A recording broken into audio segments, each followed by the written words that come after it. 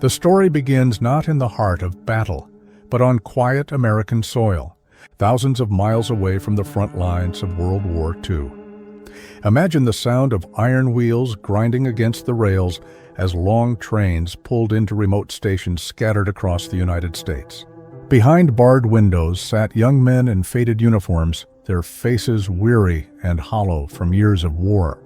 These were German prisoners of war, soldiers once filled with pride for their nation's military machine, now stripped of weapons and illusions. As the train doors opened, the air felt different to them, clean and unscarred by the choking dust of bombed-out cities.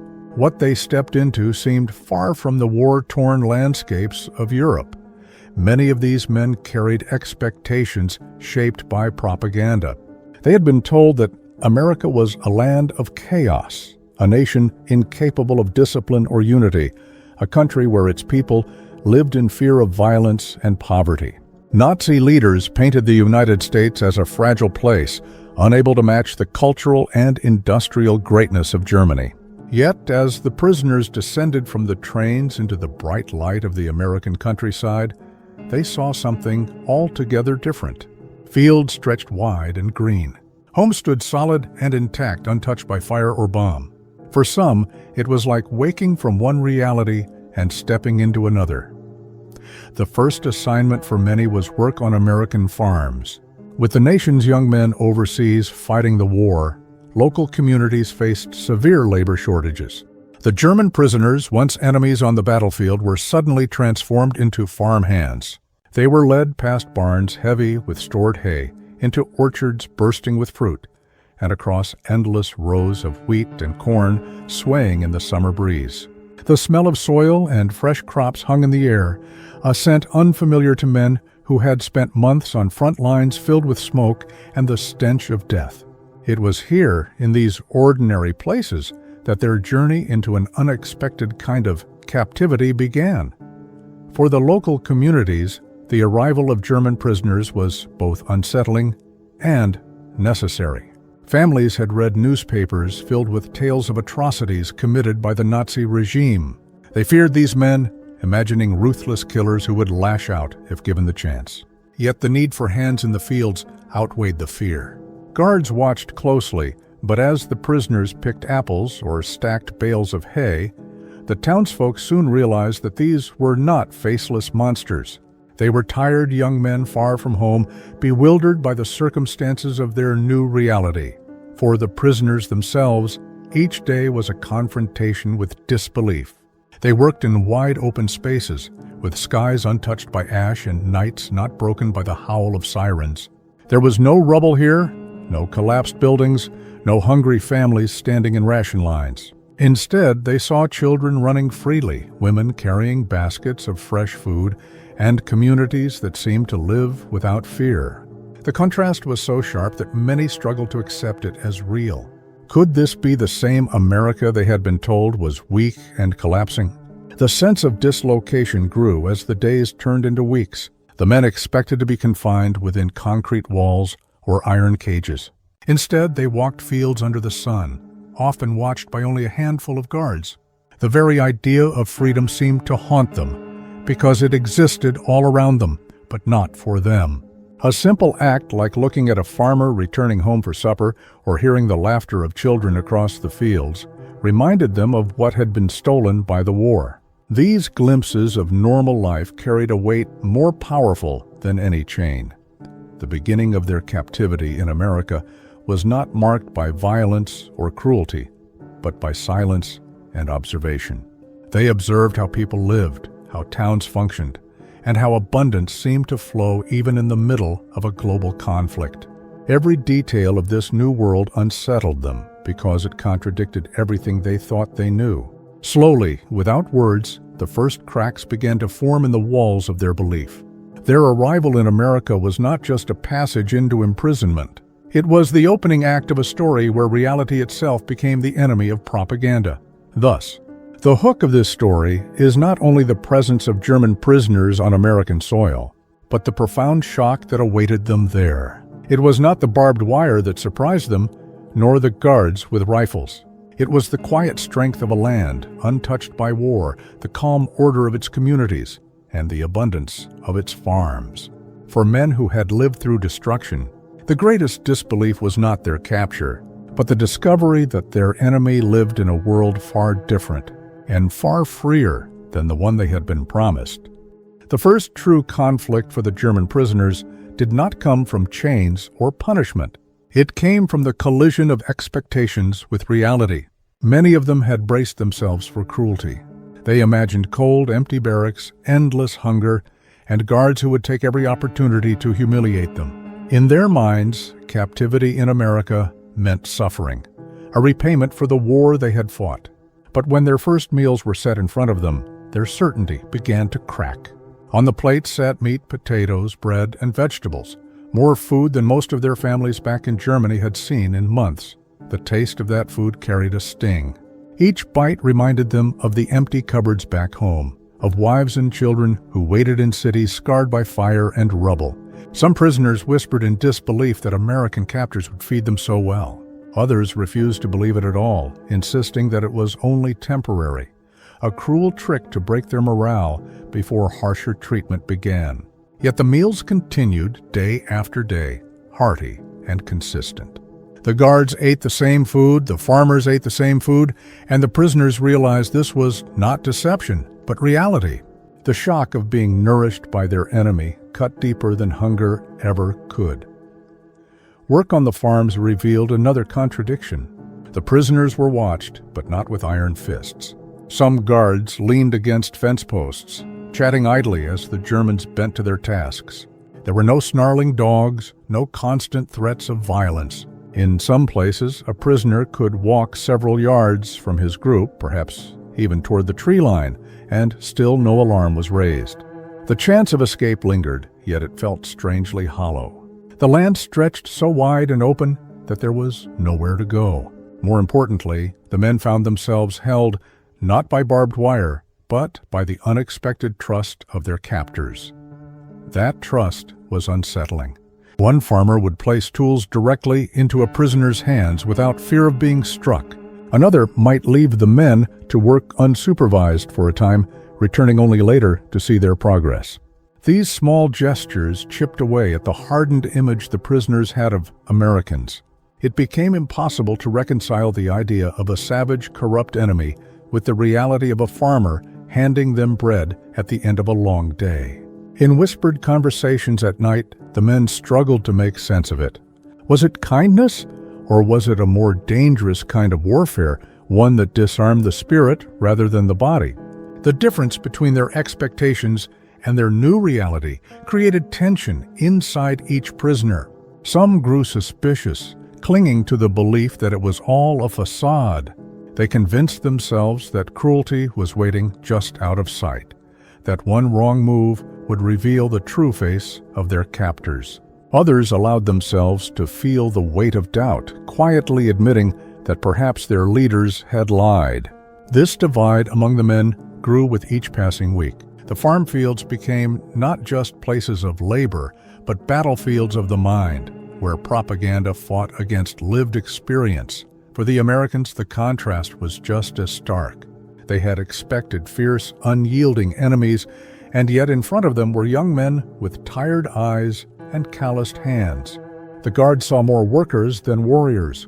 The farmers saw more helpers than threats. Slowly, communities shifted their perception as well. The enemy was not faceless anymore. He had a name, a voice, and in some rare cases, even a smile. It was a quiet conflict, but one with lasting power, because it reshaped the way both sides understood each other. By the end of their first months in captivity, the German prisoners could no longer deny what their senses told them. America was not the broken, desperate land they had imagined. It was a place of order, of plenty, and of surprising humanity. This truth was harder to endure than barbed wire or locked gates. It forced them to question not only their enemy, but the very foundation of the beliefs they had carried into the war. The conflict of contrast was not fought with weapons, but with reality itself, and reality was proving to be the strongest opponent they had ever faced. To understand how German prisoners of war came to labor in the American countryside, we must trace their journey back across the Atlantic to the battlefields where they were first captured. In North Africa, on the beaches of Normandy, and in shattered villages across Europe, waves of German soldiers surrendered as the tide of war turned against them. Once under Allied control, many were transported far from the front lines, carried by ships across the ocean to the United States. The distance itself was staggering. Thousands of miles of water separated them from home, cutting off even the faintest hope of escape. Their new lives would not be spent behind the wire cages of Europe, but in an unfamiliar land they had been taught to despise. America was not chosen at random. With millions of American men serving overseas, the homeland faced a growing labor shortage. Farms needed hands to sow and harvest, factories needed workers to keep the engines of war running, and entire communities were stretched thin by the demands of a global conflict. The government saw in these prisoners a resource that could fill the gap. It was a decision both practical and symbolic. Rather than leave thousands of captured soldiers idle in camps, America put them to work, not with rifles, but with shovels and plows.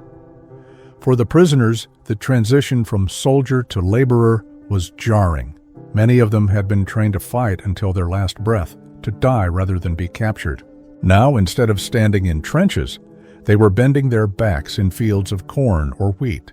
Instead of hearing the crash of artillery, they listened to the hum of cicadas and the rustle of wind through crops. The physical labor was demanding, but it carried none of the terror of the front lines. For some, it felt like humiliation. For others, it was a strange kind of relief, a chance to work with their hands in peace, even while wearing the mark of captivity. The farms of America became unlikely stages for this chapter of the war. Wooden barns stood where the soldiers now stored tools. Irrigation ditches, freshly dug, were shaped by hands that once held rifles. The smell of hay and soil replaced the acrid scent of gunpowder and smoke. Farmers, once strangers, gave instructions in simple words, and the prisoners, often unable to understand at first, responded with gestures, nods, and the shared rhythm of work. Over time, language barriers softened, and mutual dependence grew. Each side needed the other, though neither would have admitted it easily. Behind every task lay the memory of what had been left behind. German prisoners thought of their families enduring bombings, shortages, and the tightening grip of a collapsing regime. They imagined wives trading ration coupons, children shivering in basements, and cities reduced to rubble. Those memories clashed violently with the reality of America, where barns were full, shops were stocked, and homes seemed untouched by war. This contrast was not simply about food or buildings. It was about the very essence of survival. In Germany, survival meant desperation. In America, survival meant abundance. For the American side, using prisoners as workers was both a gamble and a statement of confidence. It demonstrated that the United States was not afraid to house and employ its enemies in plain sight. It showed strength, but it also revealed a different kind of power, one rooted in stability rather than fear. The presence of these men in farm fields was a reminder that the war was far away, that American communities remained secure enough to absorb the very soldiers who had once threatened their sons overseas. Thus, the origins of this story are found not just in the decisions of governments, but in the convergence of necessity and opportunity. German soldiers captured on distant battlefields became an essential part of American life, not by choice, but by circumstance. They arrived with memories of ruin, and they stepped into a land untouched, a land that would challenge every belief they had carried with them. This was the foundation of their experience, the moment when the war transformed from a fight on the battlefield to a struggle of perception and truth in the heart of America. When German prisoners of war first set foot on American farms, it might have seemed that their role in the great conflict was over. They were thousands of miles from the front, their weapons gone, their uniforms worn and faded. Yet, in an indirect but undeniable way, their presence on American soil still shaped the outcome of the war. Each row of crops they harvested, each ditch they dug, and each fence they mended fed into the vast machinery of the Allied effort. The grain they gathered became bread for soldiers overseas. The fruit they picked filled tables across America, sustaining a population committed to total war. Though they no longer carried rifles, the prisoners found themselves woven into the supply lines of the very enemy they had once sworn to defeat. The irony was difficult for many of them to ignore. They had fought to protect the Reich, yet now their labor strengthened the armies that pressed harder against their homeland. Each bushel of wheat, each basket of apples, seemed to tilt the balance in favor of their captors. Some prisoners worked bitterly, their pride wounded by the knowledge that their hands aided the enemy. Others chose resignation, reasoning that survival mattered more than ideology. But beneath it all lay the unavoidable truth. Even in captivity, they were participants in a war that refused to release them. On the battlefield itself, the ripple effect was clear. By employing prisoners at home, America freed its own citizens from the backbreaking demands of agriculture and labor. Young men who might have been kept behind to work in the fields were instead able to serve in combat. Women and families could manage their lives without being entirely consumed by shortages or exhaustion. In this way, every prisoner who lifted a tool indirectly contributed to the strength of the divisions storming beaches and crossing rivers in Europe. It was a silent contribution, one measured not in glory, but in endurance. The psychological impact on the prisoners was equally profound. As they labored in open fields under wide skies, many could not escape the thought that their work sustained the very soldiers who killed their comrades back home. It was not the sound of artillery that haunted them now, but the quiet realization that they had become part of the enemy's strength. Imagine bending to gather crops, the sun hot on your back, while knowing that the food you hold in your hands may soon feed the men who aim their rifles at your brothers. That contradiction lingered in every day of work, a war fought not with bullets, but with conscience. Yet, within this irony lay a strange kind of peace. The prisoners were far from the roar of guns and the crash of bombs. Their days, though filled with labor, carried a rhythm that contrasted sharply with the chaos of the front. Some felt almost grateful to have escaped the slaughter, even if their escape came at the price of aiding the enemy. Others could not accept it, carrying anger like a stone in their chest. But whether bitter or resigned, all of them knew that their lives in America still touched the war, that they were never entirely free from its reach. The Americans who watched them work understood the weight of this irony too. Guards and farmers alike knew that these men, though unarmed, were still soldiers. Their presence in the fields was a reminder of the global scope of the conflict, a visible sign that the war stretched across oceans and continents. Every time a prisoner bent to his task, it was a small victory for the Allied effort, and every time he looked up at the horizon, it was a reminder of the homeland he had left in ruins. In this way, the battlefield reached into the quiet spaces of America. It was there in the rustle of wheat, in the clang of farm tools, in the sweat on the brows of men who once carried rifles. The impact of the war was no longer only measured in tanks and bombs, but in the labor of prisoners who found themselves caught in a paradox. Their work kept America strong, their silence fed Allied armies, and their presence tied them unbreakably to a war they could neither win nor escape. As weeks turned into months, the experiences of the German prisoners began to ripple beyond the farm fields. Inside the camps, stories spread quickly. Men spoke in hushed voices about the food they were given, about guards who treated them with fairness, and about the surprising decency of the farmers who depended on their labor. These accounts circulated like whispers of a forbidden truth, challenging everything they had been told about America.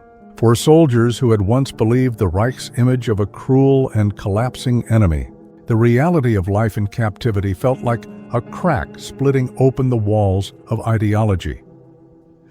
This slow erosion of belief was not something visible from the outside, yet its effects were profound.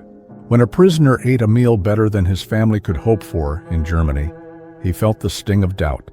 When a guard joked with him, or when a farmer trusted him with tools, the seeds of suspicion toward his own leaders grew. How could a nation so vilified offer such treatment? How could the enemy provide a vision of stability when their own homeland crumbled under bombs and shortages? These questions were not shouted in defiance, but carried silently in the minds of men who could no longer reconcile the two worlds they had known. The consequences also reached into the communities that housed them. Farmers and townsfolk who had expected to see hardened killers instead encountered tired, confused young men. Some had been drafted straight from school desks or factory floors. They worked hard when asked, and at times they showed small gestures of gratitude, a quiet nod or a half smile after a meal. Slowly, fear gave way to familiarity. In some places, townspeople began to see not enemies, but individuals swept into a war larger than themselves. This shift was subtle, but it softened the image of the German soldier, reducing the sharp edge of hate into something closer to wary empathy. Still, not everyone accepted this change. For some Americans, the idea of feeding and employing enemy soldiers felt like a betrayal. Families with loved ones killed overseas could not easily watch their foes receive decent meals and fair treatment. There was anger, sometimes spoken aloud, sometimes simmering quietly. Yet even those who resented the presence of the prisoners could not deny the practical necessity of their labor. The war demanded sacrifices, and in many rural communities, that sacrifice meant tolerating the presence of men once sworn to destroy them. For the prisoners, the wider consequences were often deeply personal. At night, lying on hard bunks beneath the dim glow of camp lights, many thought of the contradictions gnawing at them. Their families lived in fear, yet here in captivity they were fed. Their cities lay in ruins, yet here in America the towns stood whole. Some felt shame, believing they had abandoned their homeland by accepting such treatment. Others felt guilt, knowing they were living better than those they loved.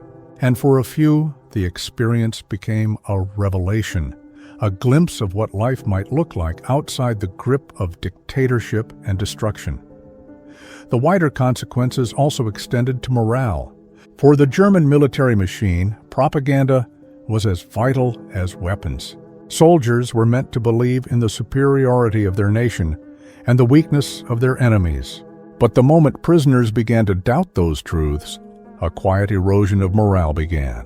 The war was not only being fought in trenches and skies, but also in minds. Each prisoner who saw abundance in America carried home a story that undermined the very foundation of the Nazi message. The truth they had lived could not be undone, no matter how many speeches the regime delivered. By the time the war drew closer to its end, the consequences of this experience had already taken root. The prisoners were no longer merely soldiers captured in battle. They were witnesses to an alternate vision of life, one shaped by order, trust, and surprising humanity. That vision would remain with them, sometimes unspoken, sometimes quietly shared, but always present. The wider consequences of their captivity in America were not measured in statistics or battle reports, but in the slow, steady reshaping of hearts and minds on both sides of the barbed wire. The turning point of this story came not in a single dramatic event, but in the quiet accumulation of daily contradictions. For the German prisoners, captivity in America became a paradox that weighed heavily on their spirits. They were not free, yet the life they experienced in the fields and camps often felt freer than what they had left behind in Germany. They worked under watchful eyes, yet they breathed clean air and slept without the fear of bombs crashing overhead. Each day reminded them that in America, even as prisoners, they were safer and better fed than their own families enduring the war back home. This realization struck like a cruel twist of fate, cutting deeper than barbed wire ever could. Imagine walking across a field in captivity, the sun warm on your face, while your mind drifts to memories of home.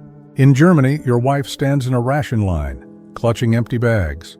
Your children hide in a basement, ears ringing with the echo of air raid sirens. Yet here, as a prisoner, you are given bread, meat, and milk. The irony is unbearable. Freedom surrounds you in every direction, visible in the laughter of American children, in the casual movements of farmers returning home to supper, but it is a freedom that does not belong to you. The more you taste of it, the more painful the distance becomes. For some prisoners, this realization created hope. They began to imagine life beyond dictatorship, wondering if perhaps the world could be different. The simple decency of being treated as a human being opened cracks in their loyalty to the Reich. If America was not the land of chaos they had been told, then what else had been a lie? These men held tightly to the thought that perhaps their captivity was not just survival, but the beginning of a new perspective that could outlast the war. Their quiet hope became a rebellion of its own, one fought not with weapons, but with doubt. Yet for others, the same paradox brought only despair. They felt crushed by the knowledge that their families starved while they ate. Each mouthful of food seemed like betrayal, each day of labor like surrender.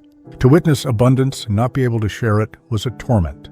They became withdrawn, burdened by guilt and shame, as though their very survival was an act of disloyalty to those they loved. For these men, the freedom around them was not inspiring, but cruel, a constant reminder of what had been lost. This was the climax of their captivity, the moment when the contrast between expectation and reality could no longer be ignored. The lies they had carried into the war were stripped away by the undeniable evidence of their own senses. No amount of propaganda could disguise the taste of fresh food, the sight of well-fed children, or the feeling of trust placed in their hands. The battle was no longer against enemy soldiers, but against the stories they had believed, the identities they had held, and the loyalty they thought unshakable. The conflict had moved inside them to a place far more difficult to escape. For America, this climax revealed something equally powerful. By treating their prisoners with humanity rather than cruelty, they had unintentionally created living evidence of their strength. Each German soldier who left America carried home memories that challenged the Reich's narrative. It was not bombs or bullets that dismantled those lies, but bread, open skies, and the simple act of trust. The climax of this story is not a battle won with force, but a truth revealed through lived experience. And so the prisoners stood at a strange threshold. They were captives who glimpsed a freedom they could not claim. They were soldiers who once believed in their nation's superiority, now faced with the reality of its failure. At this peak of contradiction, the war became deeply personal, no longer fought across continents, but within the hearts of men who could never see the world in the same way again. This was the moment when freedom became both gift and torment, shaping memories that would remain long after the war's end. When the war finally ended, the long journey of the German prisoners reached its inevitable close. Orders came for them to be returned home, carried once again across the ocean to a land they no longer recognized. Germany was a nation in ruins, its cities reduced to rubble, its people exhausted by years of war and deprivation. For the prisoners stepping off the ships and trains, the sight was staggering. They had left behind a country of abundance and order, only to return to one scarred by devastation. The contrast between America and their homeland was sharper than ever before. Some spoke openly about what they had seen in captivity. They described the food, the fields, and the surprising humanity of the Americans who had once been their enemies. For them, the memory of captivity became a quiet form of resistance against the ideologies they had once served. They carried home an image of a different way of life, one that planted seeds of doubt about everything they had been taught. In the difficult years of rebuilding, those seeds took root, shaping perspectives and choices in subtle but lasting ways. Others, however, chose silence. The irony of having experienced freedom and abundance while in captivity was too heavy to share. To speak of it might sound like betrayal to families who had suffered so deeply at home. For these men, the memories became private burdens, held tightly and never spoken aloud. Yet even in silence, those experiences left their mark. They shaped the way these men moved through life, the way they saw authority, and the way they understood the meaning of freedom. For the Americans, the legacy was quieter but no less real. Farmers remembered the prisoners who had bent their backs in the fields, men who had once been enemies, but who had helped put food on the table. Guards recalled conversations, small exchanges of humanity across the divide of war. Communities, once fearful of housing their foes, found themselves left with stories that blurred the line between enemy and neighbor. These encounters, though fleeting, revealed the power of humanity in the midst of conflict. The story of German prisoners on American farms is not simply one of labor or survival. It is a story about truth breaking through the walls of propaganda, about men discovering that the world was not what they had been told. It is about irony, about the paradox of freedom glimpsed in captivity, and about the lasting imprint of unexpected kindness. These were lessons that did not change the course of battles, but they reshaped the lives of those who carried them forward. In the end, the legacy of these experiences lies in memory. For the prisoners, it was the memory of a world where even enemies could act with decency. For the Americans, it was the memory of learning that the enemy was not always what newspapers described. Together, these memories form a chapter of history that shows how war can reveal truths in the most unexpected places. The story closes not with the sound of guns or the crash of bombs, but with a quieter image. A prisoner standing in an American field, the sky open above him, freedom stretching out all around. He cannot touch it, yet he feels it. And years later, long after the war has ended, that memory remains. It is a reminder that even in the darkest of times, the smallest glimpses of humanity can outlast the noise of destruction, leaving behind a legacy stronger than any weapon.